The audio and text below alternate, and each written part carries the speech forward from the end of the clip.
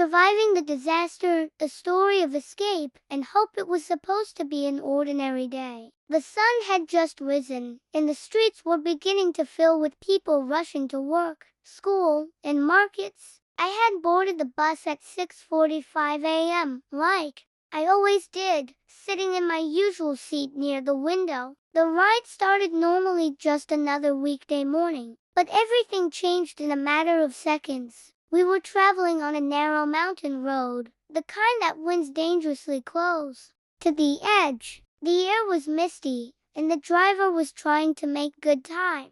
Suddenly, there was a loud screech. The bus jerked violently to the side. People screamed. Someone shouted, "The brakes aren't working." The next moment was chaos. The bus swerved uncontrollably, hitting the guardrail. For a second, it felt like we were hanging in the air, suspended between the mountain and the valley below. I held my breath. My heart pounded in my chest like a drum. Then came the crash. The bus tumbled down the hillside, rolling several times. I was thrown against the seat in front of me, then slammed to the floor. Glass shattered. Bags flew through the air. People cried out in pain, fear, and confusion. Dust filled my lungs. It felt like it would never end. When everything finally stopped, I was lying sideways, still trapped inside. My leg was bruised, and I had cuts on my hands and arms. But I was alive. I looked around. Some people were unconscious. Others were calling out for help. Miraculously, the bus had landed on a flat patch instead of rolling further into the deep ravine. That flat ground had saved us. If we had gone just 10 meters more, we would have fallen all the way down.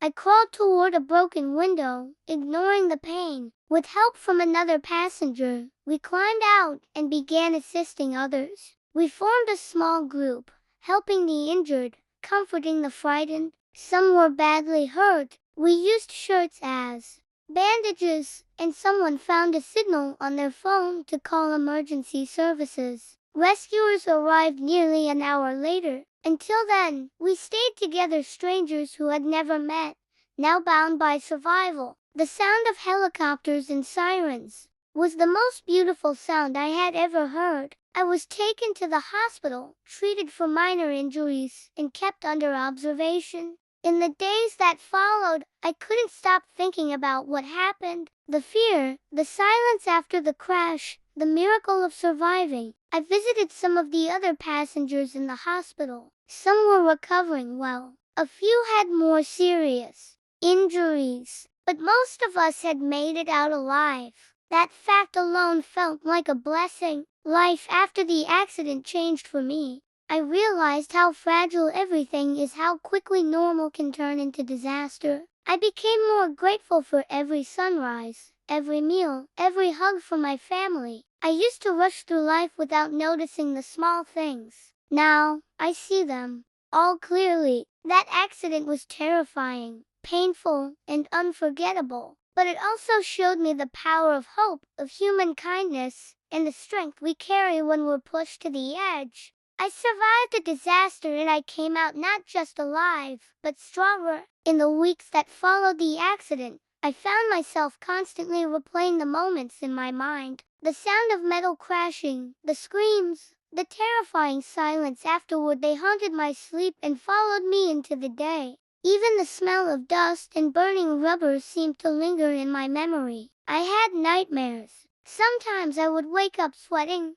gasping for air, certain that the crash was happening all over again. But the strangest part was the overwhelming sense of gratitude. I was alive. Against all odds, I had walked away from something that could have easily ended my life. When I visited the site of the accident days later, I was shocked to see the twisted wreckage still lying near the edge of the cliff. The guardrail was mangled, the path steep. It was a miracle that the bus hadn't plunged all the way down into the valley. I met some of the survivors again at the hospital and during recovery sessions. We had all been strangers before, but now we shared a bond no words could truly explain. One of them, a young mother, told me how she had used her own body to shield her baby during the fall. Another, an elderly man, had broken his arm, but still managed to help pull two others out of the wreck. There were tears, laughter, and moments of quiet as we recalled what had happened and how we had made it through. People from the community had also shown incredible kindness. Volunteers had brought blankets, food, and clean water to the injured. Strangers had donated blood.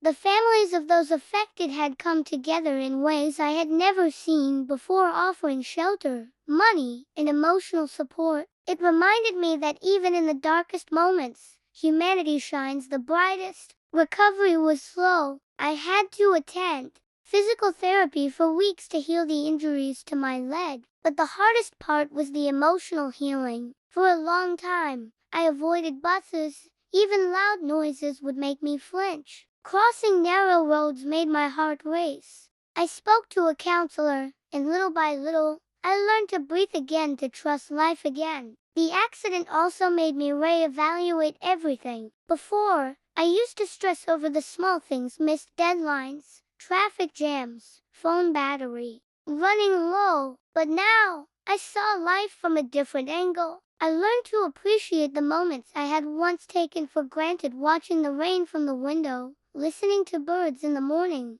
hearing my parents' voices on the phone.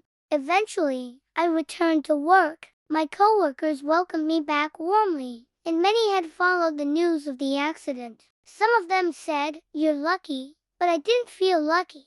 I felt chosen, as if I had been given a second chance. Not to waste time, not to live in fear, but to truly live with purpose, with love, with gratitude. Months passed, and though the physical scars healed, the memory of that day would never leave me. I didn't want it to. It had become part of my story, a painful, powerful reminder that life is fragile but precious, that every breath we take is a gift. I now volunteer at a trauma support group, speaking to people who've gone through disasters, some from car crashes, some from floods or fires. I tell them my story, not to impress or scare them, but to show them survival is not the end of the story. It's the beginning of a new one. I am not just a survivor of a bus accident. I am a witness to life's second chances. In the months after the crash, I noticed how deeply it had changed me. Before the accident,